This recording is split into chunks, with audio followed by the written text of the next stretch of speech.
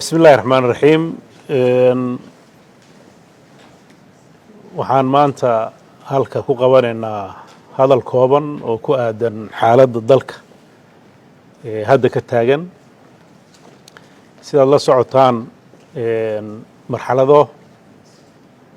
kala duwan ayuu dalka marayaa waxaa baryihii u dambeeyey soo cusboonaatay arrimaha ka socda magaalada Laascaanood oo runtii nasiib darro weyn oo ku soo kordhay marxalad dalka Soomaaliyeed uu ku jira kabasho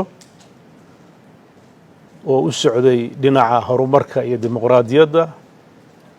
iyo in dadka shacabka masiirkooda iyo danahooda ay ka taliyaan dalka oo dhan oo u jihaysnaa sidii cadawga kaliya ee yeeshay oo al-shabaab la isaga xoreyn lahaa waxaan marka hore halka tacsi uga dirayaa intii hore iyo intii damaba dhammaan dadka ku geeriyooday Laascaanood kuwa dilalka qorshaysan lagu dilay iyo kuwa sida bareerka oo xasuuqa loo laayay intaba waxaan Ilaahay uga baryayaa inuu naxariista janno uu siiyo waxaan inta dhaawacday Ilaahay uga rajaynaynaa inuu u booqadhayo runtii waa arrin si dhow dadka Soomaaliyeed iyo Puntland ba isha ugu haysay waa nasiib darro 30 sano kadib iyadoo laga kabanayo dadka Soomaaliyeed inay danahooda si wada hadal ay u dhameystaan wixii dhaxdooda cadawga Soomaalinimada diidanna iyo jiritaanka meel looga soo wada jeesto waxaan aad uga xumahay dad Soomaaliyeed oo dhul Soomaaliyeed jooga oo calankii Soomaaliyeed dul babanayo in xabado dhashiikayaal lagu dilo waa arrin aan loo fadhin wixii dadka Somaliland ay uga caban jireen dawladdii hore ee militariga ahayd inay maanta ay sameynayaan waa arrin aan loo dul qaadan karin waxaan rajaynayaa falalka noocaas inay soo afjarmaan gobolka Sool waa gobol ka tirsan Puntland oo qaybo ka mid si xooga ay u haystaan dad aan Soomaalinimada ogolayn oo raba inay Soomaalinimadii ka baxaan dadka reer Sool dadka reer Cayn dadka reer Sanaag waa dad Soomaaliyeed oo ka tirsan Jamhuuriyadda Federaalka Soomaaliya oo qayb ka mid state-ka Puntland xadgudub kasta oo dhaca waxaan rajaynaynaa inuu dhammaan doono waxay dadka reer Sool dhalinyaradooda culimadooda haweenkooda ay cabireen dareenkooda saxda ee Soomaalinimo waxaan aad uga xumahay in loo adeegsaday si loo dabar jaro in dilal qorshaysan lagu sameeyo waxa isweydiin leh waxa boqolka qof maalinba mid birmageyda loo dilay iyadoo aan Burco aysan ka dhacayn iyadoo Hargeysa ay ka dhacayn iyadoo Boorama ay ka dhacayn iyadoo Ceergaabo ay ka dhacayn waa muuqataa dhulka ay ka dhacayso waa inta ay ka joogaan deegaanada dadka reer Puntland ku abtirsaday degan yihiin inta aysan ka dhicin oo Sool iyo Sanaag waa inta aysan Somaliland joogin inay meelihii ay joogaan ee dadka birmageyada ay ugaarsadaan waa arrin aan loo dul qaadan karin arrintaas waa fariin cad oo loo dirayo Puntland iyo dadka deegaankaasba oo ku aadan inaan noloshooda iyo jiritaankooda la rabin fariintaas waa fariin cad dawladda Puntlandna waxay diyaar u tahay dadkeeda inay ka difaacdo xadgudub kasta ilaaliso sharaftooda dhowrto xuquuqdooda madaniga ilaaliso sidii ay ugu noolaan lahaayeen nolol karaamo leh waxaan rabaa halka iyagana fariin inaan uga diro dadka reer sool ee maamulkaas adeegsanaya wixii xuquuqda bini aadamka iyo dadnimada uu ogolaayoo dhan ka baxay ee ka tirsan. waxaa nasiib darro ah godan yahay ima goyseen haddaan gabalkay kugu jirin geedkii yidhi in ay dad reer soola ay ka qayb qaadanayaan caburinta cagajuglaynta dilka weliba la rabo in ay aqbalaan dullinimo. fariintayda labaad waxaan u dirayaa saraakiisha iyo ciidanka iyo dadka la shaqeeya waxa ay la shaqaynayaan waa kuwa gumaadaya dadkooda, waa kuwa dilaya cirdigooda, waa kuwa laynaya culimmadooda, waa kuwa xabadaha la dhacaya masaajidadooda ay ku cibaadaysanayeen. arrintaas waa arrin u baahan in dhugmo loo yeesho oo wax laga bedelo siday wax yihiin. ma aha kala aragti duwanaan siyaasadeed, mana aha afkaar lagu kala duwan yahay iyo maamul lagu kala duwan yahay. dadka Soomaaliyeed ee gobolka Sool ku dhaqan waxay xaq u leeyihiin inay masiirkooda iyagu ka taliyaan. lama jajoobi karo, meel aysan rabin cidna laguma xiri karo. waxa ka soo hara Soomaalinimada calankeeda waa maamul iyo in adeeg loo fidiyo meel allaale meeshii ku qanacsan yihiin oo karaamadooda ay ku dhowranayaan ayaan anagu la qanacsannahay. laakiin marna ma aqbaleenno in la dulaysto, in la dilo, in la xasuuqo. arrintaas bini aadamnimadana ma ogola, dadnimadana ma ogola, si gaarana ehelnimada aan la wadaagno nooma ogolaanayso. arrintaas waa fariin cad oo u baahan inay ogaadaan maamulka Hargeysa dadka ay laynayaan ay xasuuqayaan inay dad leeyihiin inay ogaadaan. waxaan kaloo rabaa inaan fariintayda gaarsiiyo dadka ciidanka ka tirsan ee gobolka Sool ka jira awaamiirtan tii la qaadan jiray ma aha. dadkaaga dil oo duleey cashar saxa ma aha inay dib u waantoogaan. fariinta labaad waxaan u dirayaa dadka reer Sool guud ahaan waxaa laga faa'iidaystay waa kala qaybsanaantooda, waa aragti kala duwanaantooda, waa khilaafka dhexdooda ka dhexeeya. waxaan u dirayaa fariin cad oo ah inay midoobaan, danahooda ka tashadaan, dadkooda waxay doonayaan ay ku hoggaamiyaan. madaxnimadu iyo siyaasaddu maaha inaad aadid dadkaaga waxaysan rabin si aad adigu jago u heshid. dadka waa inaad ku hoggaamaysaa waxay doonayaan. reer Sool waa dad caana oo macruufa oo marna aan ogolayn wax Soomaalinimo ka yar. horey uga diidaan isticmaalkii, horey uga diidaan cid walba, ciday ka aqbalayaanna ma leh. marka waxaan rajaynayaa in ay calanka Soomaaliyeed ay dugsadaan, danahoodana lagaga shaqeeyo. fariintaasi waa fariin ku socota siyaasiyiinta iyo waxgaradka iyo indheergaradka reer Sool hadday gudaha joogaan oo ay laascaanood ku sugan yihiin, hadday gobollo kala joogaan oo Soomaaliya iyo hadday dibadda jiraanba, kuwa Puntland jooga iyo kuwa meel kale joogaba intaba waxaan u farayaa in arrintaa laga wada shaqeeyo sidii loo heli lahaa qadiyad midaysan oo ku salaysan Soomaali, oo ku salaysan xuquuqda iyo karaamada dadka reer laascaanood ay leeyihiin. fariintaas waxaan u dirayaa dhammaan dadka reer Puntland meel kasta ay joogaan inay u diyaar garoobaan difaaca dadkooda, danihiisa iyo karaamadiisa. ciidamada Puntland waxay diyaar u yihiin oo u dhaarteen inay difaacaan cirdiga iyo sharafta iyo deganaanshaha dadkooda. fariintayda labaad waxay ku socotaa Puntland waa dowlad dhammaystiran, leh sharciyad, leh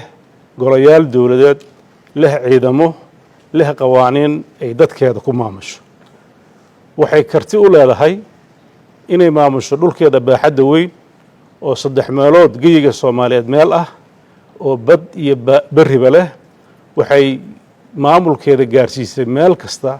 cirif kasta oo Puntland ah marka laga reebo dhulalka kooban ee laga haysto oo ay ka mid tahay magaalada Laascaanood. waxay awood u leedahay si dadka magaalada Laascaanood gudahooda loogu baabi'in, khilaafka dadkeeda qayb ka mid ah ay qabaan aan xabad lagu muquunin. waxay diyaar u tahay xal siyaasadeed iyo xal caskari marka loo baahdo labadaba inay ku wajahaan. sidoo kaleeto puntland waxa ay diyaar u tahay in ay danaha dadkeeda meel walba oo uu jiro ay u gasho waxaad ogtihiin puntland 24 sano kadib waxay cagta saartay siday maamulka dadka ugu daadejin lahayd siday dareenka dadka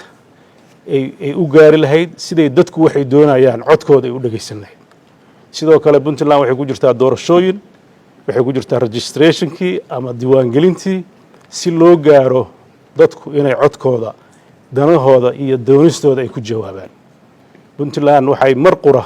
awood u leedahay inay qabato inay dadkeeda difaacdo inay horumarka bulshadeeda ka shaqayso mid dhaqaale iyo mid siyaasadeed waxaan rabaa halka inaan ka caddeeyo shaqooyinkii dalka si dabiici bay u socdaan awoodda dowladduna way ku filan tahay inay ka jawaabto su-aal kasta oo bulshadeeda ku timaado waxaan u caddaynayaa bulshada reer puntland in ay dadkoodana difaacaan doorashada ay ka qayb galaan shaqooyinka dowladda wadaan kuwooda yoomiga ay ka shaqaystaan una diyaar garoobaan diiwaangelinta dalka oo 5 bisha dhacaysa si ay u gutaan xuquuqdooda dastuuriga ah sidoo kaleetana ciidamada puntland waxaan farayaa inay ilaaliyaan sharafka iyo karaamada dadka meel kasta ay joogaan hadday yihiin kuwa laascaanood jooga iyo hadday yihiin kuwa gobollada kala jooga shaqo walba oo markaa jirtaan ay heegan u ahaadaan hadday tahay diiwaangelinta iyo hadday tahay difaaca dalka iyo hadday tahay horumarka ka socda dalka oo ugu horeyso sugidda iyo xasiloonida amniga dalka arrimahaas waa arrimo isku xiran oo ah shaqada dalku ay u igmadeen dadweynuhu dowladda puntland oo ay mar walba u taagan yihiin wayna ku filan yihiin shaqada inay qabtaan fariinteeda saddexaad waxaan u dirayaa dadka siyaasiyiinta ah oo marxaladaha adag markuu dalka marayo ka dhex raadiya dana shakhsi ah oo aan meesha ku jirin dadka Soomaaliyeed ee puntland hadduu siyaasi yahay hadduu aqoon-yahan yahay hadduu culimo yahay waxaan farayaa ama ugu baaqayaa inay ka wada shaqeeyaan midnimada iyo wadajirka dadkan shaqooyinka dalka hor yaalana si midaysan uga shaqeeyaan masaaxada kale aragti duwanaanta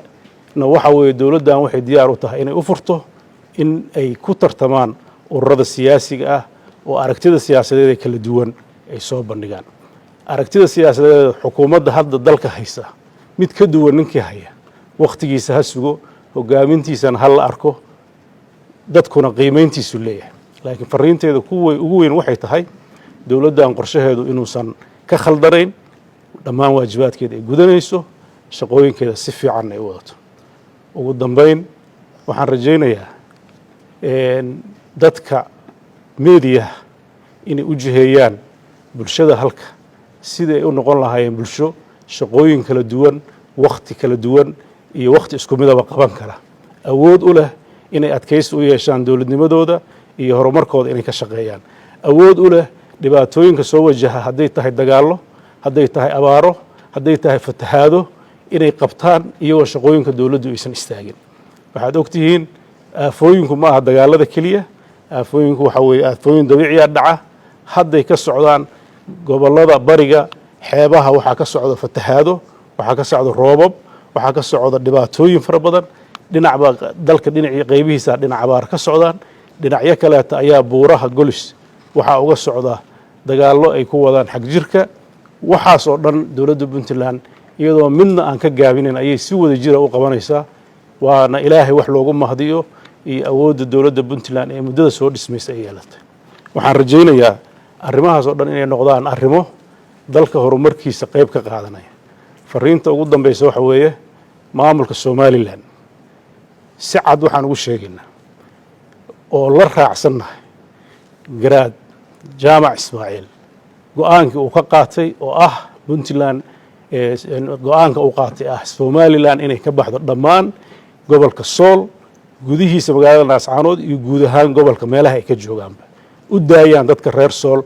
masiirkooda iyo danahooda inay ka taliyaan waxaan ugu baaqaynaa haddaysan fahmin baaqyada aan dirayno ay garaadadu dirayaan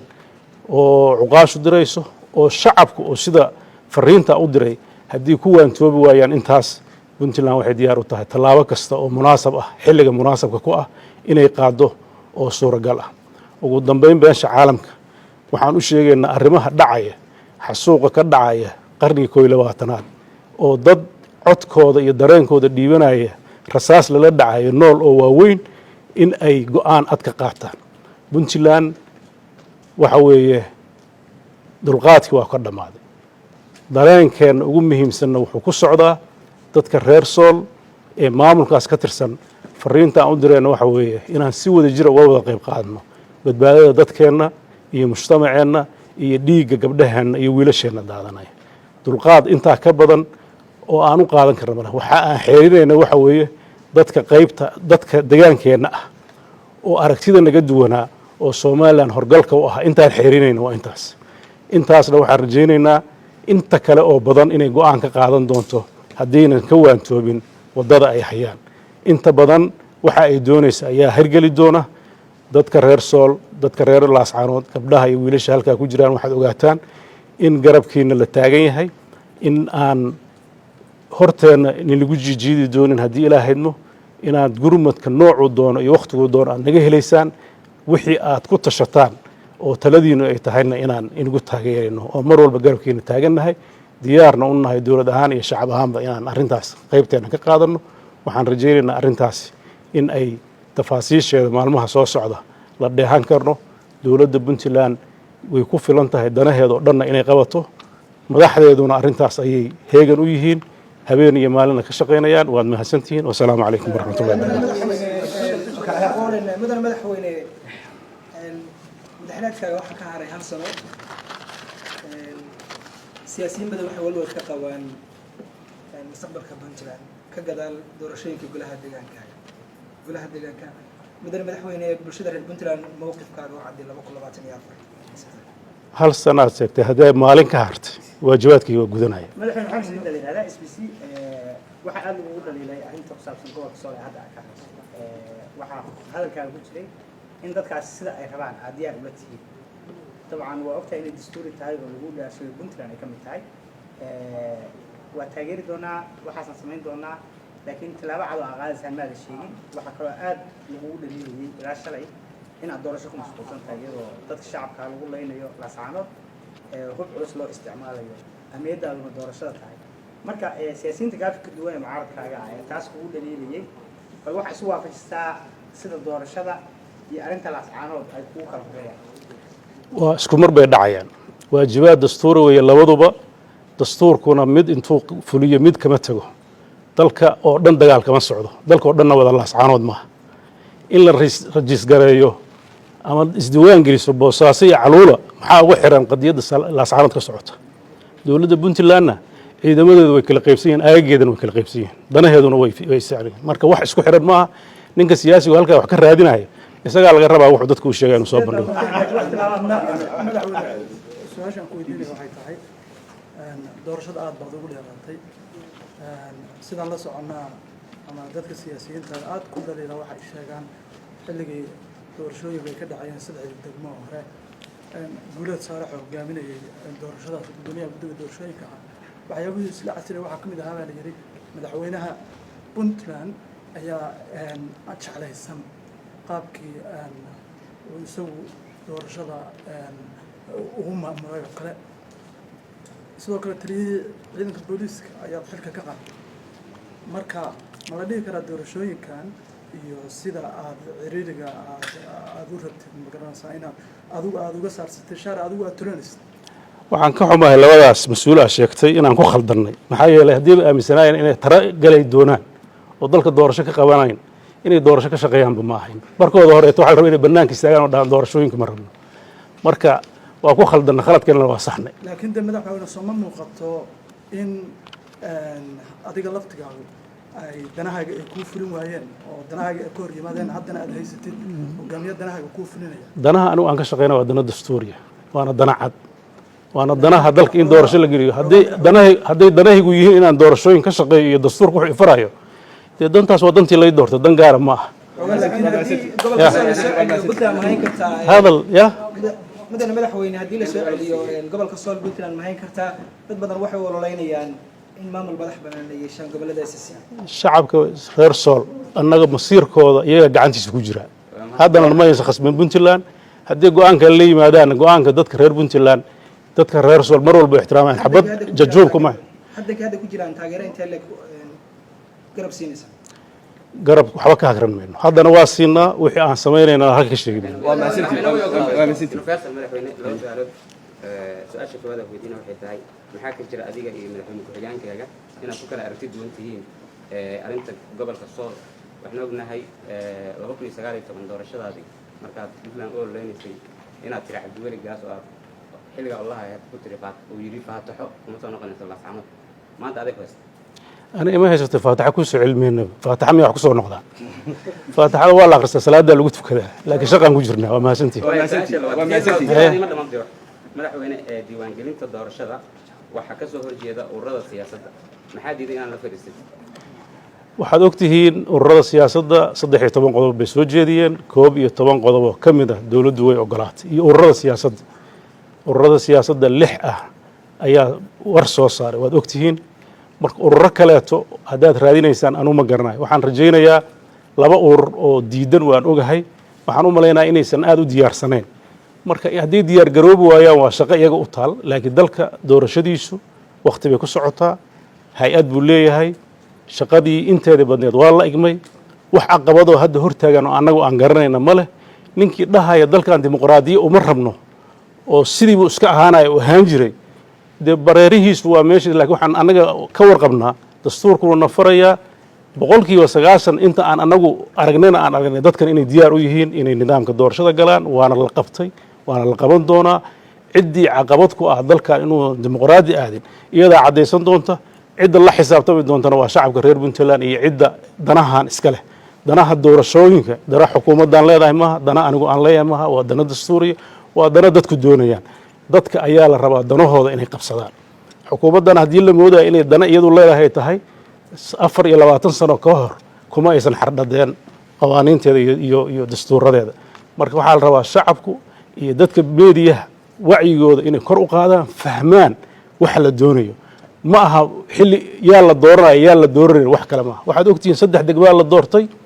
annagoo xukuumaddii joogna ururkeen 2 ka mid waa laga guulaystay wax dhibana kuma qabno in la kala guulaysto arrintu ma aha laakiin in doorasho la aado in loo midoobaa la rabaa ninkii isagu dadkiisa qancin kara oo diyaar u ah inuu hogaamiyo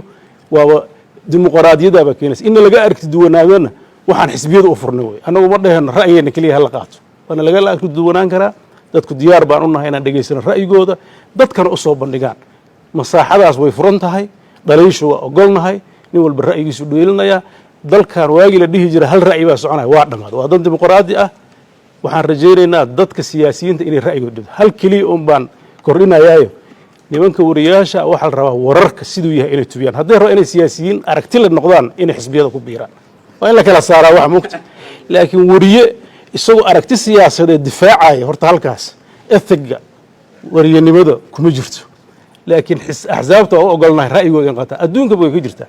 maraykanka waxaa jira koox diidan in dimuqraadi la noqdo 300 sanana way yihiin ilaa hadda u dagaalama inaan dimuqraadi la noqon waa dabiici aragtidan waa laga duwana kuwaa raba dalkan inuu anarka noqdo waa u ogolnahay inay ra'yigooda dhiibaan laakiin talada dadka badan ayaa meel mari doonta haddii ilahay madaxweyne su-aasha ugu dambaysa aan ku weydiinaya waxay tahay sidaa sheegtay dee wariyaasha waxaa laga rabaa mar walba inay dhexdhexaadnimada iyo ay ilaashaan annaguna mar walba waxaan difaacnaa cidda markaas maqan oo qaynuunka yaga ayaan siinaya su-aashaan ku weydiinaya waxay tahay waxaa sheegtay ururada qaybtooda inaysan diyaarsanayn waxaan la socnaa maalin dhaweed 2 maalmood ka hor inay cududooda ay kusoo bandhigeen ururka mideeyo oo kale magaalada boosaaso haddana ay diidan yihiin doorashadan ay u arkaan inay qodobada qayb ka mida aan weli la isla fahmin qaramada midoobe waxaa la socotaa inay ay kugu booriyeen in doorasho loo dhan yahay isla markaasna rabshad la-aana marka ma damaanad qaadaysaa adigu doorashadaasi dhibaatada ka dhacda adiga inay dushaada ay noqon doonto haddii diiwaangelintaas ay dhibaata ay ka timaado in la isdiiwaan geliyo magaca diiwaan gelisa dhibaato ma ka imaanaysa ii sheeg hadde horta waxaan rabaa inaan fahamnee magacaaga inaad diiwaan gelisid kuwii hore la diiwaan geli maxay dhibaato uga dhici weyse aduu hadda ma isdiiwaan gelisa ayaanta horta meelaha qaybtooda kuwii reeqarood maahan garowe ayaan kusoo garowaad sugaysaa soo maa hadda ma rabtaa inaad isdiiwaan gelisa adiga xaq dastuurigaa leedahay waay fiiri diiwaangelintu waa xaq dastuuri oo dadku leeyihiin ururada ma leh waa in la kala saaraa ururadu waxay xaq u leeyihiin dadka isdiiwaan geliya inay cod weydiistaan isdiiwaangelintu xaq dastuuriya shacabku leeyihiin tbegna waxay xaq u leedahay maandeed u haysataa inay dadka diiwaangeliso farsamo ahaan ugu qabato dowladdana waxaa xil saaran in ay ilaaliso sidii habsamay ugu socon lahayd dowladdu waa diyaar tbeg waa diyaar shacabku intii aan aragnayna waa diyaar ninka dhahay aniga diiwaangelinta ma rabo isagaa la rabaa burhaantiis inuu la yimaado codkiisana waa dhegeysan mideeyo waa sax waa urur weyn oo diyaarsan oo ololihiisa ku jira laakiin ururada aan sheegay waa kuwo kaleeto aan dadba haysan hadda oo diidan dhibna male way ka hari karaan 17 urur bay ahayn hadda 9 bay marayaan soo ma 9kan ruuxadooda 3 baa laga rabaa marka ninkii aan maleynayn inuu soo guulaysan doono ma aha inuu dadka xanibo oo xuquuqdooda dastuuriga hor istaago waxaa la isku hayaa arrimaha xuduudaha degmooyinka qaarkood marka dad badan oo ka kacsan waa jira ilaa iyo suman baa laga dhawaaqay shacabka dad hubaysan baa mararka qaarkood shacabka taas fiiri taas xuquuqda shacabku leeyihiin weeye iyo qabaa'ilka deegaamada degan inteedii badanna waa xilnay 90% inta kalena iyagoo qanacsan baa rabnaa inaan gelin wixii dadka nagala dhaxeeya dowladda mas'uulka ah waa dhammaystiran tahay insha Allah ya aad u mahadsantahay